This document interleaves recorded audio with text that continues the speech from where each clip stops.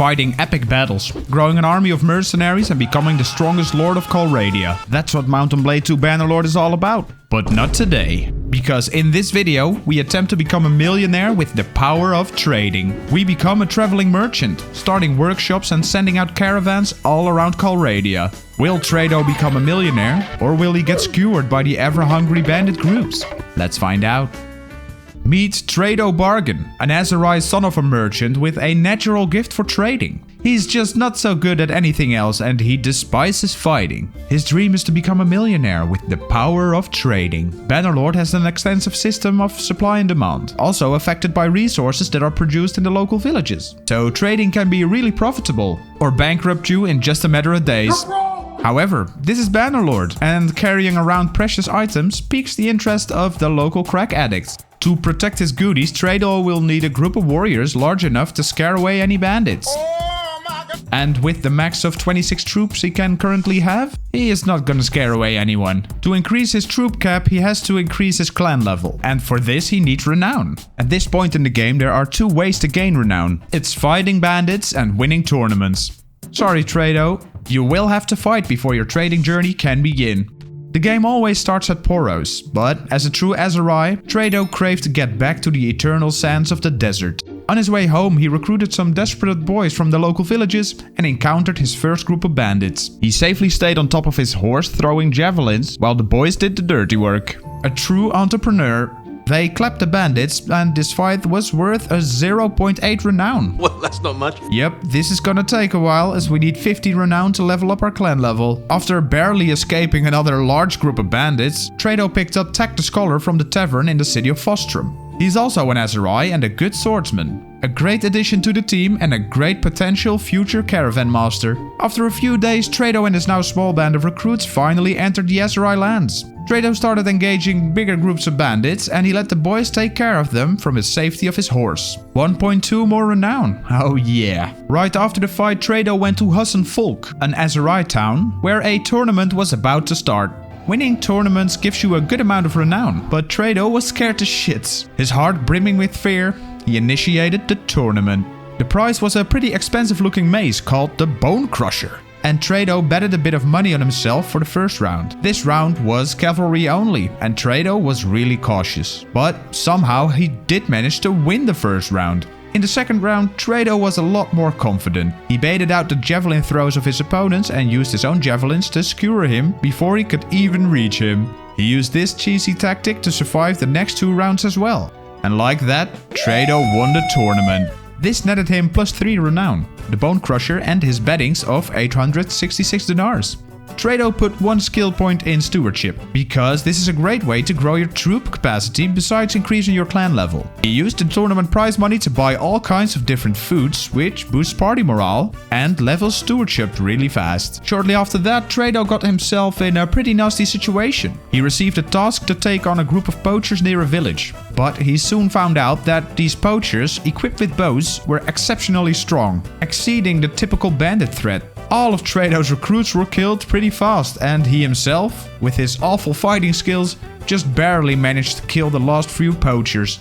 Really, being on his horse was the only reason he survived. Trado's next tournament wasn't much of a success, just like the one after that. So, for now, he just kept focusing on killing bandits. He killed ridiculous amounts of bandits, and just before Trado started to lose his mind over killing all these lost souls, he leveled up his renown after miraculously winning one more tournament. Trado was overjoyed. His troop cap was now 56, which is more than enough to be able to scare away any bandit group. There was one last battle in store before Trado could finally go full pacifist. Some guy named Radagos found Trado and told him about his brother, Najun, and that he was kept hostage in a nearby bandit camp.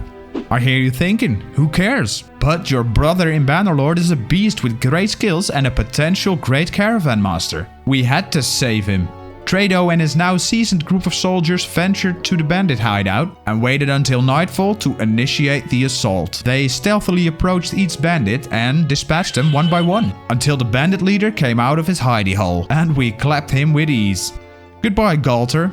Hello, Najun. Hail to you, brother of war! Finally, after all those killings, Trado could now bury his sword and start trading. Those 1 million dinars won't earn themselves. Although Trado had potential, he wasn't yet a master of trading. He had no clue which items would make a good profit where. So he talked to an Empire caravan about potential trade opportunities. They told us about trading sheep from Onera to Askar. So up to Onera. On our way there, Trado leveled up in leadership and took the combat tips perk, giving free experience points per day to troops. This is a great way to level troops since we wouldn't be fighting much. But things didn't really work out as planned. But they never do. Troops are expensive and required to be paid wages every single day. By the time Trado reached Onera, he already lost 2,000 dinars to troop wages. This meant that he would lose another 2,000 dinars in wages by the time he got back to Askar.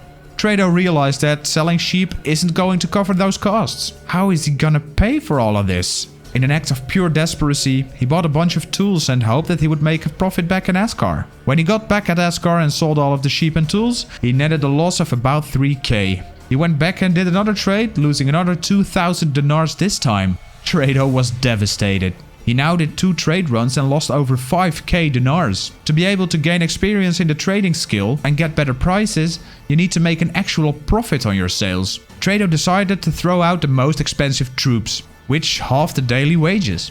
He started looking for better trade opportunities and some caravaneers told him about cheap resources in Odok. This was about a day's travel away from the closest Aserai town. We had to take this risk. And after arriving in Odok, Trado couldn't believe his eyes. The prices of basic resources here are so low compared to Aserai. Trado realized he could buy these basic resources in Odok and sell them for a good profit in Husn Volk, where he could buy cheap luxury products and sell them back for a profit in Odok. And so Trado bought all the cheap salt he could carry and brought it back to Husn Volk to sell. And after going back and forth a couple of times, Trado finally made a bit of a profit.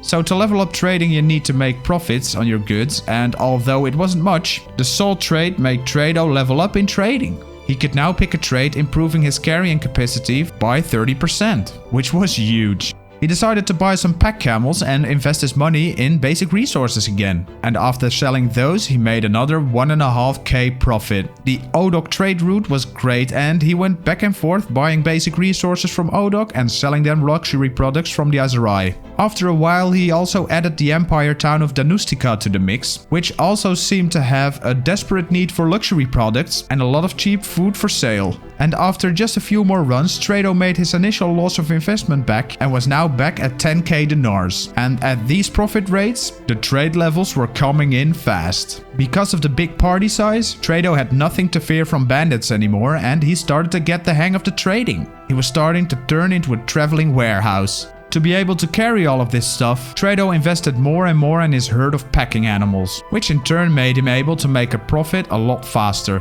This really bumped up his trading level, and within no time he had leveled to level 75 and got the distributed goods skill, decreasing buying prices in villages. And at level 100 he got the traveling rumor skill, giving his caravans trade rumors. After grinding this trade route for almost a year, Trado gained 45,000 dinars and the trader perk that gives 1 daily renown per caravan. With this perk we could now level up our clan level without ever fighting again. And with clan level we unlock more caravans. See where this is going? Exponential growth.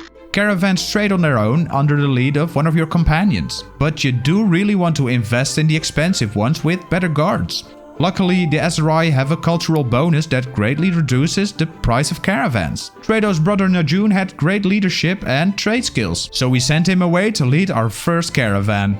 Each caravan we own is going to make a few hundred dinars a day. It may not seem like much, but it's certainly going to add up.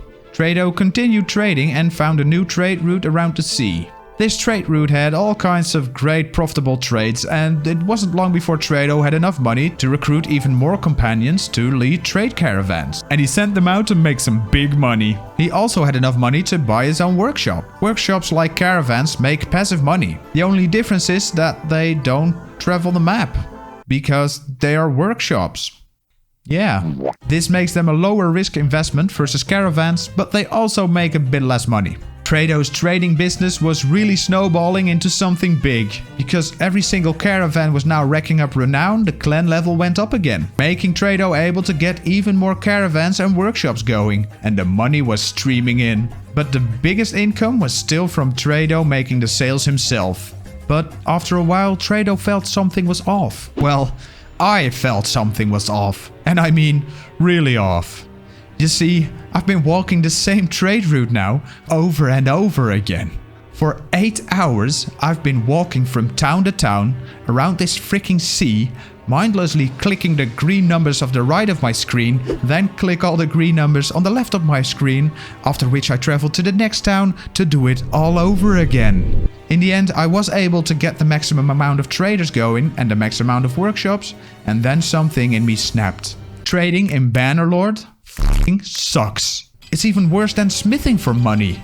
Playing Bannerlord without ever fighting is like eating pizza, but you can only eat the crust. I can't do this for any longer. And then I did it. The caravans and workshops now made 2,000 to 3,000 dinars a day. I sold every single trade good we had and bought a huge amount of food. I set Trado to wait in town and put it on extra fast speed. And I went AFK and let my PC running. You know, to do fun stuff with my time. After about 2 hours, we made 1.2 million dinars. There you have it. You happy now? This is how I made 1.2 million dinars with trading in Bannerlord. And it was freaking awful. Please, watch the next video. I've traded enough for the rest of my life. Man, the next challenge is going to be no trading at all.